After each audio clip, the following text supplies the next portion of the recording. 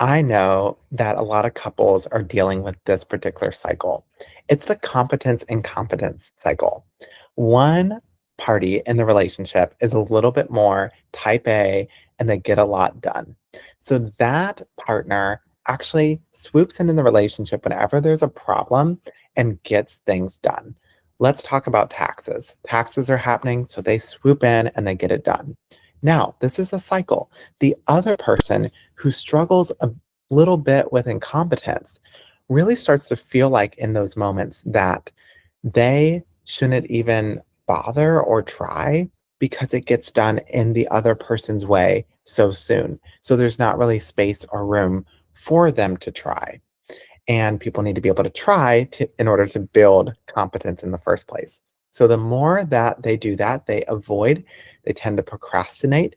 And that's what the incompetence does. The more the other person who feels more competent swoops in more, creating that cycle where one reinforces the other.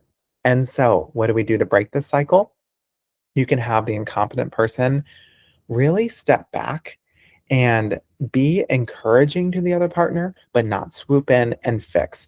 And there's other strategies too for that competent person of what they've got to do. For the incompetent person, it is stepping up to the plate, but it's also being less triggered by what the other person who's more competent is doing. And so this is really a cycle that can be broken on either side. And it's very helpful to see how it's a cycle, not just one person or the other, or not just throwing around labels.